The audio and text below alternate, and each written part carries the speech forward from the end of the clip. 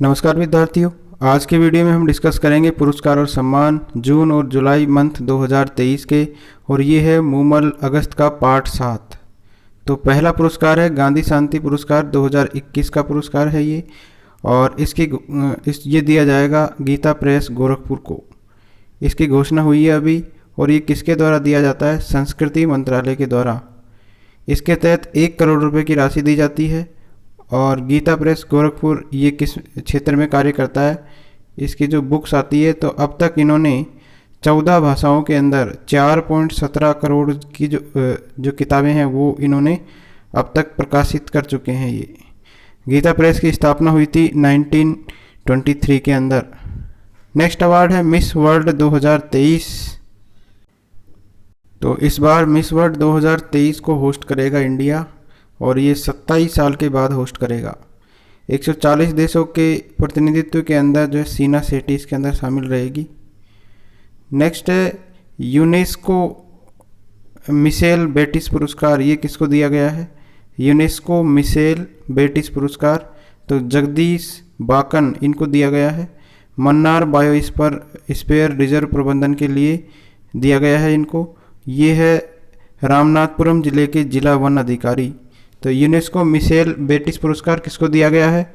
जगदीश बाकन को। अगला है डच नोबेल प्राइज। ये इसको बोलते हैं स्पोनिजा प्राइज भी कहते हैं इसको। ये दिया गया है जोइता गुप्ता को, और ये वैज्ञानिक है, इनको पुरस्कृत किया गया है डच नोबेल प्राइज से। डच जो है विज्ञान के अंदर सर्वोच्च सम्मान के रूप में इसको जाना जाता है। अगला है विश्व स्वास्थ्य संगठन पुरस्कार। विश्व स्वास्थ्य संगठन पुरस्कार दिया गया है, डॉक्यूमेंट्री है when climate change turns violent, इसको दिया गया है। इसका निर्देशन किया है बंदिता सहरिया, भारतीय विजेता है ये। नेक्स्ट है RSL क्रिस्टोफर ब्लेंड पुरस्कार। ये दिया गया है पैटरसन जोसेफ, इनको पुरस्कृत किया गया है। इनका उपन्यास है the secret diaries of Charles Ignatius Sancho. इसके लिए RSL क्रिस्टोफर ब्लेंड पुरस्कार से इनको सम्मानित किया गया है।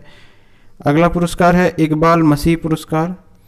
तो ललिता नटराजन को बाल श्रम उन्मूलन के लिए पुरस्कृत किया गया है। चेन्नई के अधिवक्ता है इकबाल मसीह, पुरस्कार से सम्मानित किया गया है ललिता नटराजन को।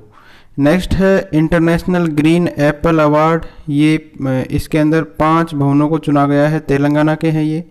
कौन कौन से भवन है ग्रीन एप्पल अवार्ड के अंदर शामिल? सचिवालय भवन, दुर्गम चेरू केबल ब्रिज, राज्य पुलिस का एकीकृत कमांडिंग केंद्र, यदाद्री मंदिर, मुअज्जम शाही बाजार। तो इनको चुना गया है ग्रीन एप्पल अवार्ड के लिए। नेक्स्ट है DD इंडिया और आकाशवाणी। तो रॉयल इंस्टीट्यूट की एक डिजिटल न्यूज़ रिपोर्ट के अनुसार भारत के न्यूज़ चैनल जो है DD इंडिया और आकाशवाणी, इनको विश्वसनीय इलेक्ट्रॉनिक मीडिया संगठन माना गया है। तो ये रिपोर्ट है रॉयल इंस्टीट्यूट की डिजिटल न्यूज़ रिपोर्ट। वर्ष 2023 का लोकमान्य तिलक अवार्ड किसको प्रदान किया गया है? तो ये प्रदान किया गया है प्रधानमंत्री मोदी जी को। ये पुरस्कार 2023 का प्रतिष्ठित लोकमान्य तिलक पुरस्कार है। इसकी स्थापना हुई थी 1983 के अंदर। पूर्व प्रधानमंत्री और राष्ट्रपति को ये प्रदान किया जाता है। ठीक है, तो प्रधानमंत्री और राष्ट्रपति जो होते हैं उनको ये अवार्ड दिया जाता है पूर्व के। उपलब्धि है सर्वोच्च नेतृत्व और भारत के विकास में योगदान के लिए इनको दिया गया है लोकमान्य तिलक पुरस्कार। कब से स्टार्ट हुआ? 1983 से।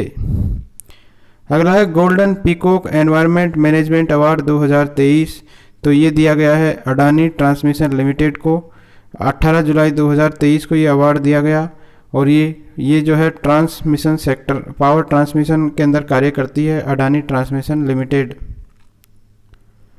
इन्होंने जो है 2023 का गोल्डन पीकॉक पर्यावरण प्रबंधन के लिए पुरस्कार जीता है।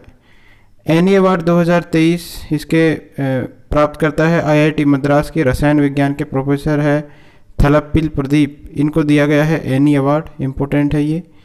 और 22 जुलाई 2023 को इनको दिया गया। ऊर्जा और पर्यावरण के क्षेत्र में कार्य करते हैं, और उच्च सम्मानित वैश्विक सम्मान है ये, और इटली के द्वारा दिया जाता है। ध्यान रखना, इटली के द्वारा दिया जाता है एनी सम्मान, और इस बार का दिया गया है प्रोफेसर थलप्पिल प्रदीप, IIT मद्रास के रसायन विज्ञान के प्रोफेसर है ये। अगला अवार्ड है राष्ट्रीय भूविज्ञान पुरस्कार 2022। तो इसके अंदर 22 भूवैज्ञानिकों को शामिल किया गया है, इसमें 2 महिलाएं भी शामिल है। 24 जुलाई 2023 को ये पुरस्कार दिया गया और भूविज्ञान के विभिन्न क्षेत्रों में उपलब्धियों के लिए 22 भूवैज्ञानिकों को ये अवार्ड दिया गया है।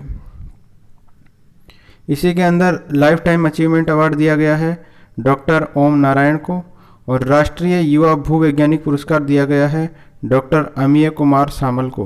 तो ये दोनों पुरस्कार दिए गए हैं, ये दोनों ही भूवैज्ञानिक पुरस्कार के अंतर्गत ही दिए गए हैं।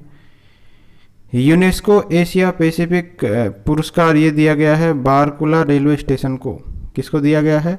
यूनेस्को एशिया पैसिफिक पुरस्कार बारकुला रेलवे स्टेशन को।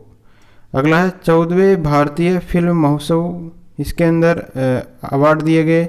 तो भारतीय सिनेमा के राइजिंग ग्लोबल सुपरस्टार का पुरस्कार दिया गया है कार्तिक आर्यन को, और ये दिया गया है इनको मेलबर्न ऑस्ट्रेलिया के अंदर। तो विक्टोरिया के जो राज्यपाल हैं उनके द्वारा प्रस्तुत किया जाता है और भारतीय सिनेमा की विविधता और समृद्धि का जश्न मनाता है। तो इस तरीके से मेलबोर्न में कौन पुरस्कृत हुए हैं? कार्तिक आर्यन, और इनको दिया गया है भारतीय सिनेमा की राइजिंग ग्लोबल सुपरस्टार पुरस्कार। अगला है हिंदी बाल साहित्य पुरस्कार के प्राप्तकर्ता कौन कौन रहे? तो सूर्यनाथ सिंह इनको दिया गया है कौतुक ऐप के लिए। साहित्य अकादमी के द्वारा घोषणा की गई है 23 जून 2023 को, और 2023 के लिए 22 बाल साहित्यकार और 20 युवा साहित्यकारों को पुरस्कृत करने का इसके अंदर निर्णय लिया गया है। तो विभिन्न भाषाओं के बाल साहित्य पुरस्कार दिए गए। तो अंग्रेजी का दिया गया सुधा मूर्ति को, grand parents bag of the stories के लिए, पंजाबी का गुरमीत को, सचेदी कहानी के लिए, राजस्थानी का किरण बादल को, टावरारी फुलवारिया, तो ये राजस्थानी भाषा का है, किरण बादल को दिया गया है, इम्पोर्टेंट है, टावरारी फुलवारिया के लिए। उर्दू का दिया गया है स्वर्गीय मतीन अचालपुरी को, ममता की डोर के लिए। इसके बाद में बात करें युवा साहित्य पुरस्कारों की, तो हिंदी के लिए दिया गया है अतुल कुमार राय को, चांदपुर की चंदा इनकी कृति है, और इसके अंदर पुरस्कार दिया गया है ताम्रफल और 50,000 रुपये का नगद इनाम। तो इस तरीके से ये थे साहित्य पुरस्कार, हिंदी बाल साहित्य पुरस्कार। Thank you friends.